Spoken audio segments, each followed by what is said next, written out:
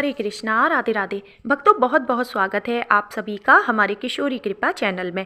तो आज की इस वीडियो में हम बात करेंगे कि जिन लोगों के घर में भी प्याज लहसुन खाया जाता है वो ठाकुर जी की सेवा कैसे करें। साथ ही जो हम ठाकुर जी को भोग लगाते हैं और अगर आपके घर में प्याज लहसुन बनता है तो बाद में उस भोग का हमें क्या करना है। साथ ही में जानेंगे कि जो जल हम ठाकुर जी के पास रखते हैं पीने के लिए, उस जल का हमें बाद में क्या करना चाहिए। तो वीडियो को पूरा देखिएगा, तभी आप अच्छे से जान पाएंगे। तो फ्रेंड्स, सबसे पहले तो देखिए, ठाकुर जी को जब हम स्नान कराते हैं तो स्नान किए हुए जल को देखिए, हमने आपको बताया था पिछली वीडियो में, क्योंकि ये प्रभु का चरणामृत बन गया है तो इसे हमें थोड़ा सा पीना चाहिए। बच्चों को पिलाएं आप, और इस जल से अपने ऊपर छींटे दें। अपने घर में आप हर कोने में इसके छींटे दे सकते हैं, इससे भी आपके घर की नकारात्मक ऊर्जा दूर होगी। तो फ्रेंड्स, सबसे पहले तो मैं आपको बता दूं कि अगर आपके घर में भी प्याज लहसुन खाया जाता है ना, तो आप बिल्कुल भी घबराएं ना, ठीक है। क्योंकि देखिए, फैमिली मेंबर्स हैं, अगर किसी फैमिली में 4 लोग रहते हैं, 6 लोग रहते हैं, तो सब एक जैसे हों ये पॉसिबल हो ही नहीं सकता। या कई सारे घरों में ऐसा भी होता है कि लेडीज़ नियम करना चाहती हैं लेकिन जो जेंट्स होते हैं वो इतने नियम नहीं कर पाते हैं। तो आप बिल्कुल भी परेशान ना हो। जैसे आपने अगर दाल बनाई है तो आप थोड़ी सी दाल ठाकुर जी के लिए अलग निकाल दें और उसमें जीरे का टमाटर का आप तड़का लगाएं, उसका आप ठाकुर जी को भोग लगाएं चपाती बना के। बाकी आपको दाल जैसे भी तैयार करनी है सबके लिए वो आप तैयार कर दें। ऐसे ही आप आलू बॉईल करके आलू का पराठा बना सकते हैं या फिर जीरा आलू उनके लिए बना सकते हैं। और नहीं तो देखिए, हमारे ठाकुर जी को दूध, दही, छाछ, मलाई, मक्खन, ये सारी चीज़ें बेहद प्रिय हैं। और इसके अलावा ड्राई फ्रूट्स हो गए, फल हो गए, मेवा, मिठाई, जो भी आप भोग लगाना चाहते हैं उन चीज़ों का आप भोग लगाएं। नहीं तो देखिए, मैंने बताया था ना, दूध तो सबके घर में होता है, तो आप दूध का सुबह शाम भोग लगाएं ठाकुर जी को, ठीक है। और जब भी कुछ मिठाई आप मीठा तैयार करें, हलवा, खीर, तो आप ठाकुर जी का भोग पहले निकाल दें। अच्छा, अब मैं आपको एक चीज़ बता दूं कि एक गलती आपको भूल कर भी नहीं करनी है। जैसे आपने ठाकुर जी को भोग लगाया, अब वो प्रसाद बन गया, अब उस प्रसाद को आपको पूरे खाने में मिक्स नहीं करना है। कई भक्त कंफ्यूज हो जाते हैं तो वो कमेंट करते हैं कि क्या दीदी, प्याज लहसुन वाले खाने में हम भोग लगाया हुआ जो प्रसाद है वो हम मिक्स कर सकते हैं। तो जी नहीं, आप ऐसी गलती ना करें। आप जो भोग लगाया है ना ठाकुर जी को, उसका आप एक एक टुकड़ा घर के सभी सदस्य को अगर हो सके तो खिलाएं, ठीक है। लेकिन आपको उसे प्याज लहसुन वाले खाने में मिक्स नहीं करना है, ठीक है। और ना ही आपको जो वो प्रसाद है उसे इधर उधर फेंकना भी नहीं है, आप उसे ग्रहण करें। अच्छा देखिए, कई सारे भक्त ये भी पूछते हैं कि दीदी, जो हमने भोग लगाया है उसको कितनी देर तक ठाकुर जी के पास रखना चाहिए। तो देखिए, ठाकुर जी दृष्टि भोग लगाते हैं, तो जो भी आपने ड्राई चीज़ें रखी हैं जैसे ड्राई फ्रूट्स हो गए, मिश्री हो गई, वो चाहें तो आप उनके पास रखे रहने दें। फल हो गए, बस ध्यान रखें कि वो कटे हुए फल हैं अगर, तो आप उन्हें जल्दी हटा लें।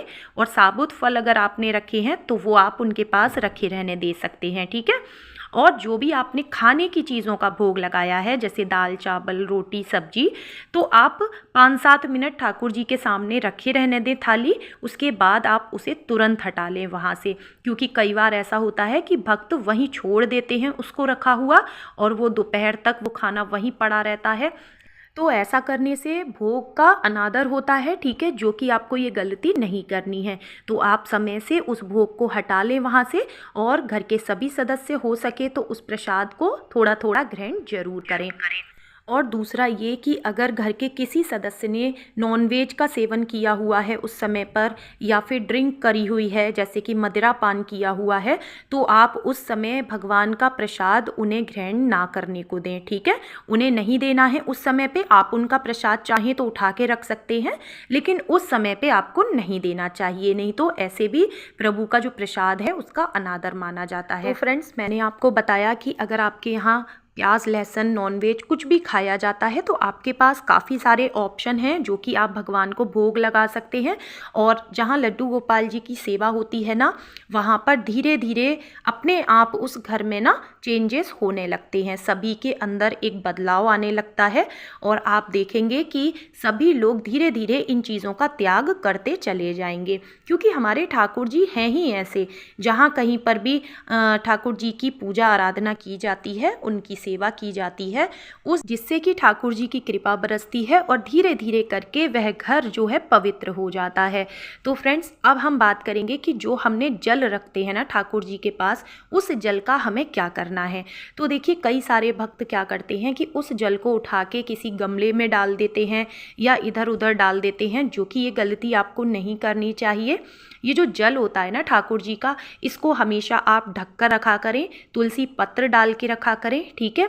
और आप चाहें तो जैसे आपने सुबह में जो जल रखा है उसको आप शाम को हटा लें, और या तो इस जल को अपने पीने के पानी में मिला लें आप, ठीक है। और अगर ऐसा नहीं कर सकते तो आप क्या करेंगे, इस जल से आप आटा लगा सकते हैं, ठीक है, रोटियां बनाने के लिए। जिससे कि क्या होगा ना, इस जल का जो प्रभाव है ना वो घर के सभी सदस्यों पर पड़ेगा और सभी का स्वास्थ्य अच्छा रहेगा, सभी की मानसिक स्थिति अच्छी रहेगी। तो क्या सही है क्या गलत है, इसका निर्णय वो आसानी से ले पाएंगे। साथ ही जिन लोगों को गुस्सा ज़्यादा आता है ना, आप ये जल उनको पिला के देखें कि अगर ऐसा करना पॉसिबल ना हो तो आप सब्जी बना सकते हैं इस जल से, ठीक है, या फिर आप आटा लगा लें, रोटियां बना के उस इंसान को खिलाएं आप देखेंगे धीरे धीरे उनके गुस्से में भी सुधार होने लगेगा। क्योंकि फ्रेंड्स, हमारे ठाकुर जी के भोग की ना बड़ी ही महिमा बताई गई है और एक से बड़े बड़े चमत्कार देखे गए हैं। तो आप उनके भोग को, उनके जल को वेस्ट ना करें इधर उधर, आप घर के सभी सदस्य उसका सेवन करें और चमत्कार अपने जीवन में आप स्वयं से देखेंगे। तो उम्मीद करती हूँ कि आज का वीडियो आपको पसंद आया होगा। वीडियो अच्छा लगा हो, मेरे ठाकुर जी का श्रृंगार आपको अच्छा लगा हो तो कमेंट ज़रूर करें। वीडियो का करती हूँ मैं यहीं पर एंड।